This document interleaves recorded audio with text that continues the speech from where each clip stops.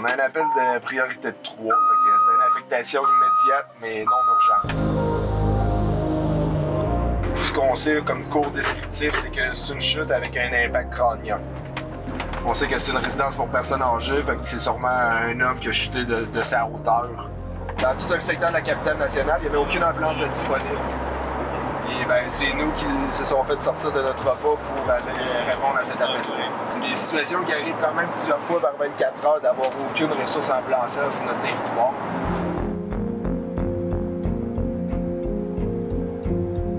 Mais en ce moment, l'hôpital n'a pas de place physiquement pour prendre le patient en charge. Il n'y a pas de civière de disponible, il n'y a pas le personnel non plus.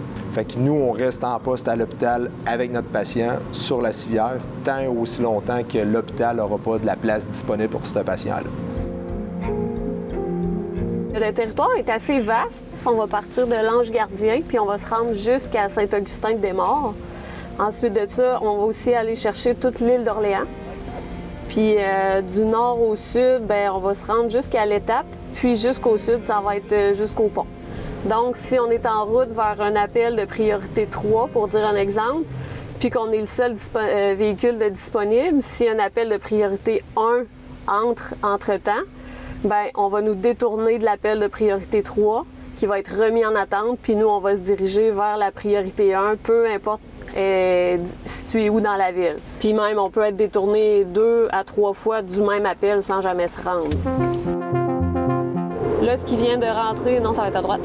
Dans le fond, la patiente a rappelé le 911 parce qu'elle trouve que c'est trop long avant qu'on arrive. Elle demande un délai d'arrivée. Là, c'est une priorité 4, mais des priorités 7, ça peut être 2, 3, 4, 5, 6 heures de délai. Et ça, c'est vous qui vous êtes positionné comme ça ensuite? Vous êtes tourné sur le côté? Je suis tombée, puis quand je suis tombée, ça a donné OK. Vous n'avez pas rebougé. Ça a créé une grosse douleur. Il va falloir vous coucher sur le dos, allonger vos jambes, comme ça va être plus facile pour nous.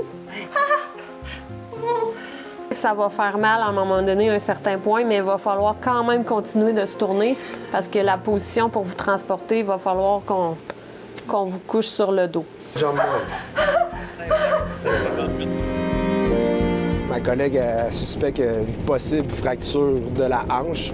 Là, on a besoin d'un centre receveur qui a de la traumatologie. Fait que là, dans l'occurrence, on s'en va à Saint-François d'Assise, qui est complètement à l'autre bout de la ville. Fait que là, on quitte le secteur ouest, la limite ouest de notre secteur ouest, pour s'en aller central, quasiment est, là, Saint-François sur la 1er avenue.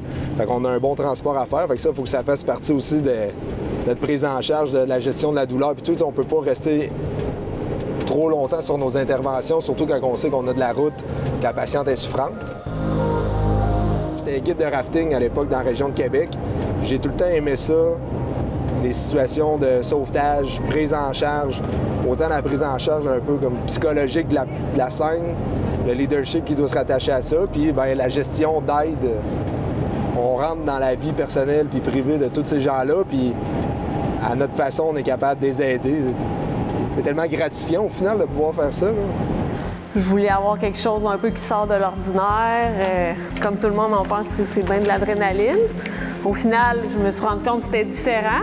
Oui, il y a des irritants au métier, mais l'esprit d'équipe qu'on a, la complicité avec les autres, ben, tu sais, ça vient un peu...